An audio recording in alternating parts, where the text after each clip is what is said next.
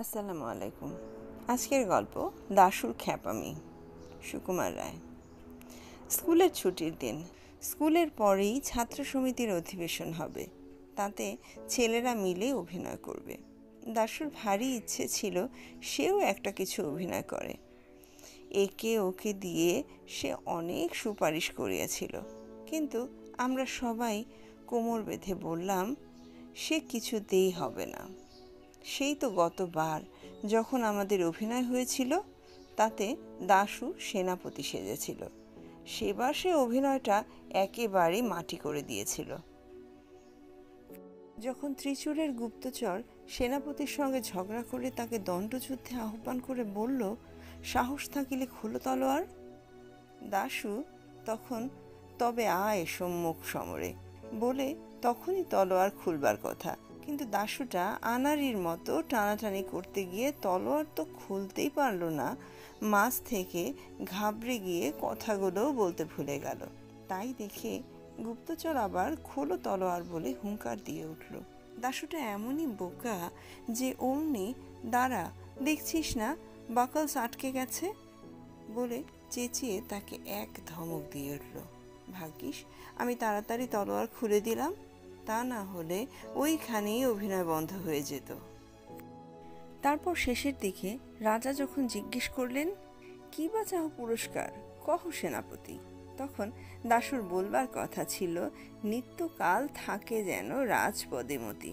কিন্তু দাশুটা তা না বলে তার পরের কয়েকটা লাইন আরম্ভ করেই হঠাৎ জিভ কেটে ওই যা ভুলে গিয়েছিলাম বলে আমার দিকে তাকিয়ে হাসতে লাগলো। আমি কটমট করে তাকাতে সে তাড়াতাড়ি নিজেকে সামলে নিয়ে ঠিক লাইনটা আরম্ভ করলো।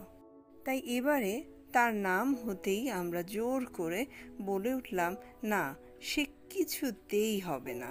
বিশু বলল, দাশু অ্যাক্টিং করবে, তাহলেই চিত্তির। ট্যাপা বলল, তার চাইতে ভোজু মালিককে ডেকে আনলেই হয়। চ্যাপা বলল, তার চাইতে ভোজু মালিককে ডেকে আনলেই হয়।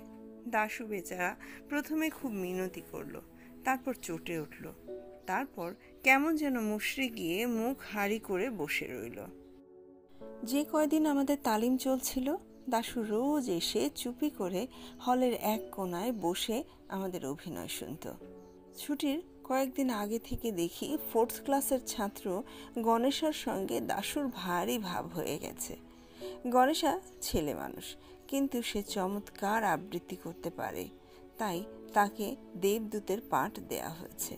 দাশু রোজ তাকে নানা রকম খাওয়া এনে খাওয়ায়, রঙিন পেন্সিল আর ছবির বই এনে দেয়, আর বলে যে ছুটির দিন তাকে একটা ফুটবল কিনে দেবে। হঠাৎ গণেশার ওপর দাশুর এতখানি টান হবার কোনো কারণ আমরা বুঝতে পারলাম না। কেবল দেখতে পেলাম গণেশা খেলনা আর খাবার পেয়ে ভুলে দাশুদার একদম পরম ভক্ত হয়ে উঠতে লাগলো। ছুটির দিনে আমরা যখন অভিনয়ের জন্য প্রস্তুত হচ্ছি, তখন আসল ব্যাপারটা বুঝতে পারা গেল। 2:30 বাজতে না বাজতেই দেখা গেল দাশু ভায়া সাজঘরে ঢুকে পোশাক পরতে আরম্ভ করেছে। আমরা জিজ্ঞেস করলাম, কি রে, তুই এখানে কি করছিস? দাশু বলল, বাহ, পোশাক পরবো না? আমি বললাম, পোশাক পরবি কি রে, তুই তো আর অ্যাক্টিং করবি না। দাশু বলল, বাহ, খুব তো খবর রাখো, আজকে দেবদূত সাজবে কে জানো? শুনে হঠাৎ আমাদের মনে কেমন একটা খটকা লাগলো। আমি বললাম, কেন, গণেশার কি হলো? দাশু বলল, কি হয়েছে তা গণেশাকে জিজ্ঞেস করলেই পারো। তখন চেয়ে দেখি সবাই এসেছে, কেবল গণেশাই আসেনি। অমনি রামপদ, বিশু আর আমি ছুটে বেরোলাম গণেশার খোঁজে। সারা স্কুল খুঁজে শেষটায় টিফিন ঘরের পেছনে হতভাগাকে খুঁজে পাওয়া গেল। সে আমাদের দেখেই পালাবার চেষ্টা করছিল, কিন্তু আমরা তাকে চটপট গ্রেপ্তার করে টেনে নিয়ে চললাম। গণেশা কাঁদতে লাগলো, না, আমি কখনো অ্যাক্টিং করব না, তাহলে দাশুদা আমায় ফুটবল দেবে না। আমরা তবু তাকে টেনে হিঁচড়ে নিয়ে যাচ্ছি। এমন সময় অঙ্কের মাস্টার হরিবাবু সেখানে এসে উপস্থিত। তিনি আমাদের দেখেই ভয়ঙ্কর লাল চোখ করে ধমক দিয়ে উঠলেন, তিনটে ধাড়ি ছেলে মিলে এই কচি বাচ্চা ছেলেটার পেছনে লেগেছিস, তোদের লজ্জাও করে না? বলেই আমাকে বিশুকে একটি চড় মেরে আর রামপদর কান মলে দিয়ে হন হন করে চলে গেলেন। এই সুযোগে হাত ছাড়া হয়ে গণেশচন্দ্র আবার চম্পট দিল। আমরাও অপমানটা হজম করে ফিরে এলাম। এসে দেখি দাশুর সঙ্গে রাখালের মহা ঝগড়া লেগে গেছে। রাখাল বলছে, তোকে আজ কিছুতেই দেবদূত সাজতে দেয়া হবে না। দাশু বলছে, বেশ তো, তাহলে আর কেউ সাজুক, আমি রাজা কিংবা মন্ত্রী সাজি। 5-6টা পাঠ আমার মুখস্থ হয়ে আছে। এমন সময় আমরা এসে খবর দিলাম যে গণেশাকে কিছুতেই রাজি করানো গেল না। তখন অনেক তর্ক বিতর্ক আর ঝগড়াঝাটির পর স্থির হলো যে দাশুকে আর ঘাটিয়ে দরকার নেই, তাকে দেবদূত সাজতে দেয়া হোক। শুনে দাশু খুব খুশি হলো আর আমাদের শাসিয়ে রাখলো যে আবার যদি তোরা গোলমাল করিস তাহলে কিন্তু গতবারের মতো সব ভুন্ডুল করে দেব। প্রথম দৃশ্যে দাশু তেমন কিছু গোলমাল করেনি, খালি স্টেজের সামনে একবার পানির পিক ফেলেছিল। কিন্তু তৃতীয় দৃশ্যে এসে সে একটু বাড়াবাড়ি আরম্ভ করলো। এক জায়গায় তার খালি বলবার কথা ছিল, দেবতা বিমুখ হলে মানুষ কি পারে, কিন্তু সে এক কথাটুকুর আগে কোত্থেকে আরও 4-5 লাইন জুড়ে দিল। আমি তাই নিয়ে আপত্তি করেছিলাম। দাশু বলল, তোমরা যে লম্বা বক্তৃতা করো সেই বেলা দোষ হয় না, আমি 2টো কথা বেশি বলেছি তাতে দোষ, এও সহ্য করা যেত। কিন্তু শেষ দৃশ্যের সময় তার মোটেও আসবার কথা নয়, তা জেনেও সে স্টেজে আসবার জন্য জেদ ধরে বসলো। আমরা অনেক কষ্টে অনেক তোয়াজ করে তাকে বুঝিয়ে দিলাম যে শেষ দৃশ্যে দেবদূত আসতেই পারে না, কারণ তার আগের দৃশ্যেই আছে যে দেবদূত বিদায় নিয়ে স্বর্গে চলে গেলেন। শেষ দৃশ্যেও আছে যে মন্ত্রী রাজাকে সংবাদ দিচ্ছেন যে দেবদূত মহারাজকে আশীর্বাদ করে স্বর্গপুরীতে প্রস্থান করেছেন। দাশু অগত্যা তার জেদ ছাড়ল বটে, কিন্তু বোঝা গেল সে মনে মনে একটুও খুশি হয়নি। শেষ দৃশ্যের অভিনয় আরম্ভ হলো। প্রথম খানিকটা অভিনয়ের পর মন্ত্রী এসে সভায় হাজির হবেন।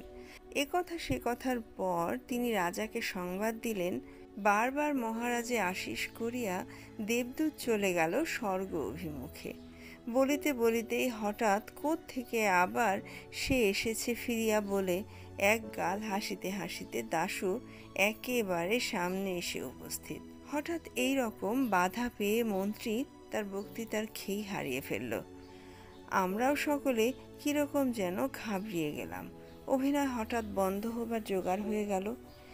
তাই দেখে দাশু সর্দারি করে মন্ত্রীকে বলল, বলে যাও কি বলিতেছিলে।